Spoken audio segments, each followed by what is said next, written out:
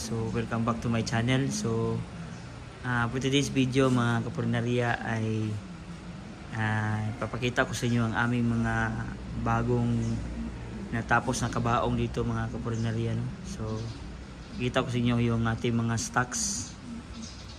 So nandito tayo ngayon sa aming stock room mga kapurnarya. At ito na mga casket ng mga kapurnarya ay lalagyan po natin ito ng mga accessories, ng mga handle po dito sa dito na side mga kapurnarya. So side to side po lalagyan po natin ng mga handle, pati ito po mga kapurnarya. So ito po yung aming mga casket dito mga kapurnarya. So ayan, so marami tayong mga stocks. So ayan, meron din tayong mga metal at saka mga wood casket mga kapurnarya. So ayan po. So marami tayong stocks ngayon mga kapurnarya. So tayo po ay maglalining mga kapurnarya, no? So lalagyan natin ng mga handle ang kabaong mga kapurnarya. So ito yung papakita ko sa inyo ang ihanda. Lalagyan ko ng handle mga kapurnarya. So ito yung lalagyan natin ng handle mga kapurnarya.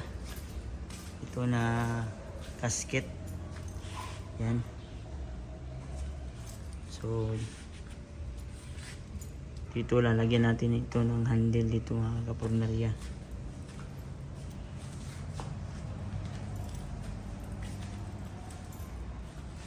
So ipapakita ko sa inyo kung paano maglagay nito ng handle mga kapurnarya.